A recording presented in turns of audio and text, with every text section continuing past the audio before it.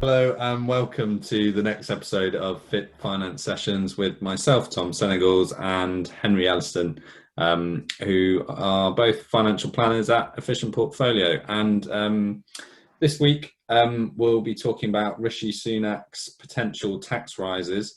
And I think, Henry, you know Rishi personally, don't you? I do actually. Yeah, I was at school with the boy. He was 2 years below me, and I was the head of house. So it turns out that I've actually bossed Rishi around. He was, as I recall from school, a really good chap though, super bright, super hardworking, and he seems to have done a little bit better in life than I have. Although marrying a billionaire Indian's daughter probably has helped him somewhere along to that. Yeah. Well, hopefully you can boss him around a bit more in the future. Maybe drop him a text and ask him about what he's doing tax wise. And I think Right, I'll see if I can get him on LinkedIn. we'll try our Get best. the game. Some of the things he has proposed, or some of the articles coming out this week, so you don't know if they've been leaked out by government departments or not. But I think some of the things are potential corporation tax rises from 17 to 24%, removal of the triple lock on state pensions, and also maybe aligning capital gains tax rates with income tax. I think particularly capital gains tax has been one of the lower tax rates you could pay. A few articles are just saying it will only be on investment properties. They've already taken a pretty harsh hit over recent years with higher rates of CGT, but they might be aligning those to income tax rates. So it will affect some people more than others. I think for our clients, we've been doing tax planning for a long time and moving assets away from unwrapped investments liable to capital gains tax. So some won't be as affected as others. And corporation tax will hurt business owners. But I think as well, the state pension is probably a big one when you're forecasting long into the future. If you're thinking about whether that's still going to be there and whether it's going to be watered down over time, that's something to really think about.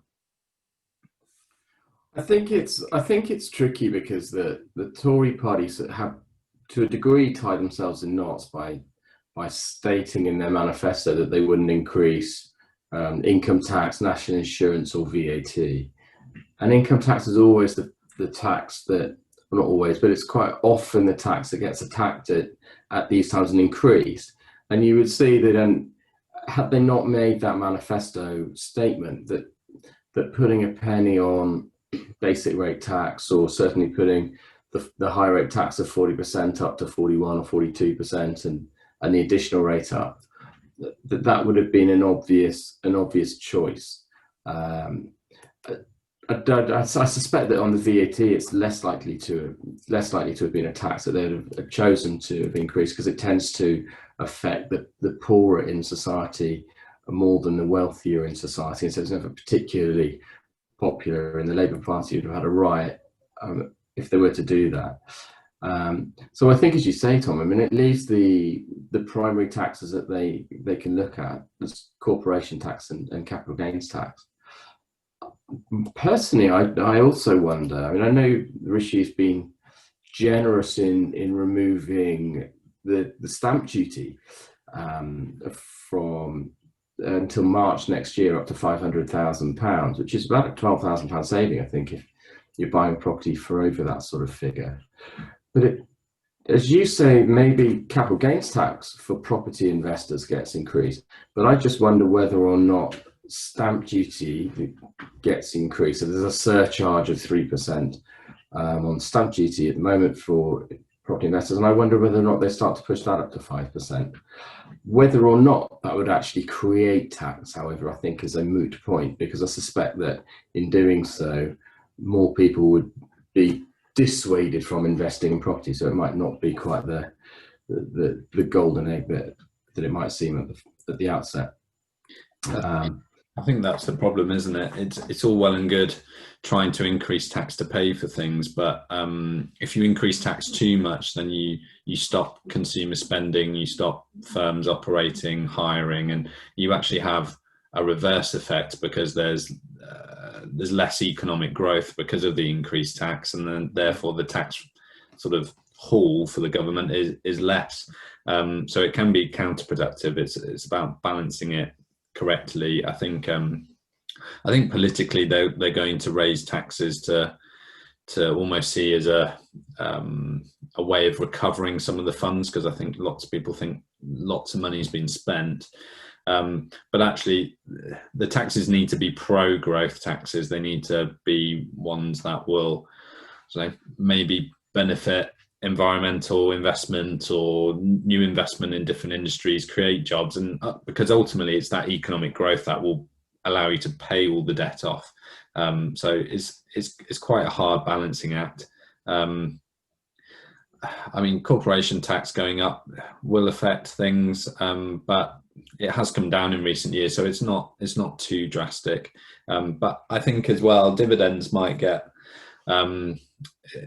They've already been trying to move to a point where tax for dividends and tax from income is probably more the same, and I think that might seem to move more in that direction. It's interesting what you say on the property thing. I think it would help if stamp duty was almost in reverse in my eyes, where buyers looking to move up the market, younger people, if they paid stamp duty on the sale of their property rather than the purchase, then actually that makes it lower for the person moving up. But if you're selling and downsizing and releasing wealth, then you pay a little bit more. Now that might not create a huge tax haul, but actually I think you'd see more people moving forward, and that tends to help the economy, allows people to move for jobs. I think something like that might be a good idea. But yeah, Sunak obviously got the job over you and I, Henry.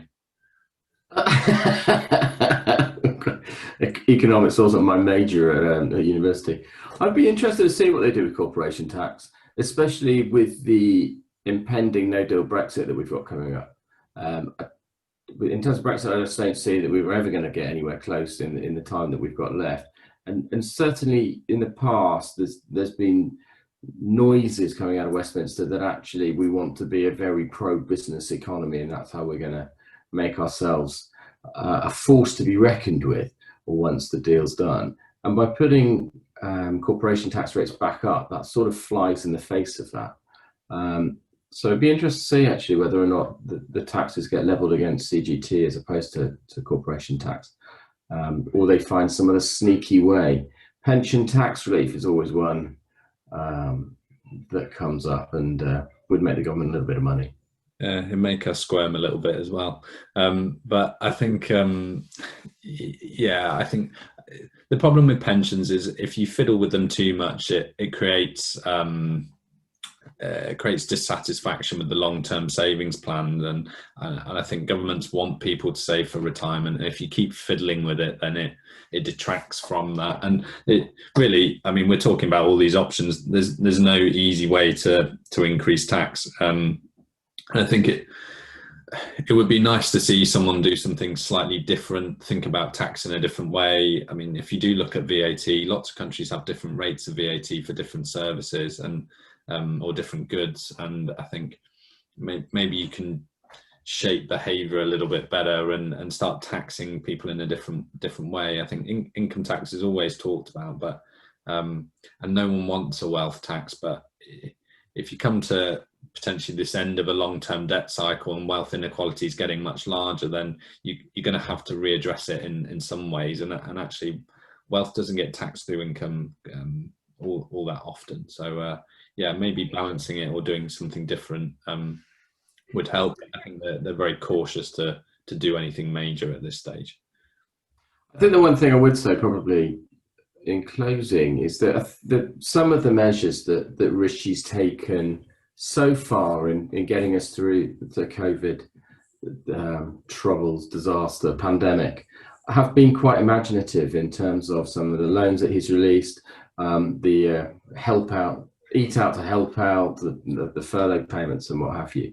So it wouldn't surprise me if he doesn't come up with some fairly novel or slightly imaginative solutions in raising the tax that perhaps we haven't seen in the past. And perhaps that goes in line with this sort of wealth tax that you allude to, Tom, just to try and squeeze the wealthier a little bit more, but actually try to maintain productivity and get us all back to work. Because you're right, until we go back to work and start paying our income tax, there'll be a huge hole in the budget. But once we're all back in the office, or on Zoom, that's when the money will start rolling into the government coffers. So we need to get that up and running as quickly as possible. Yeah, it's interesting times ahead, and hopefully the old schoolboy does you proud, Henry. I'll get him on WhatsApp. You heard it here first, but I'm not promising anything. Well, if you've got any comments or any topics you want us to talk about, or if we've mentioned anything, or you think you want to provide some commentary as to which taxes you think are better, then please let us know. And in the meantime, stay safe, and we'll see you next time. Thanks very much. Bye-bye.